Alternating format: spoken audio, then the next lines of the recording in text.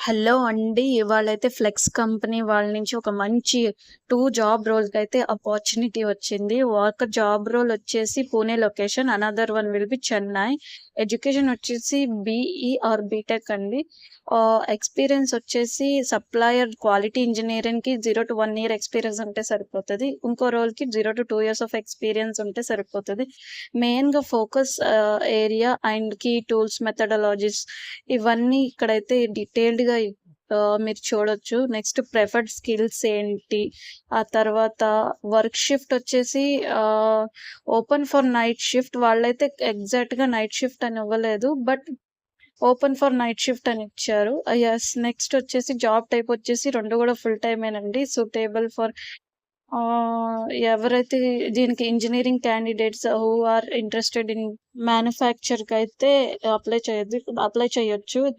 ఇప్పుడెలా అప్లై చేయాలో చూద్దాం. గూగుల్‌లోకి వెళ్ళి కెరీర్ సైట్ ఫ్లెక్స్ అని టైప్ చేయండి. యెస్. మీకైతే ఫస్ట్ లింక్ ఓపెన్ చేశాక అప్లై అని దానిపైన క్లిక్ చేయండి. నెక్స్ట్ వచ్చేసి మీకిలా ఓపెన్ అవుతుంది. ఆ తర్వాత సెర్చ్‌లోకి వెళ్ళి జూనియర్ ఇంజినీర్ రోల్ అని సెర్చ్ చేయండి.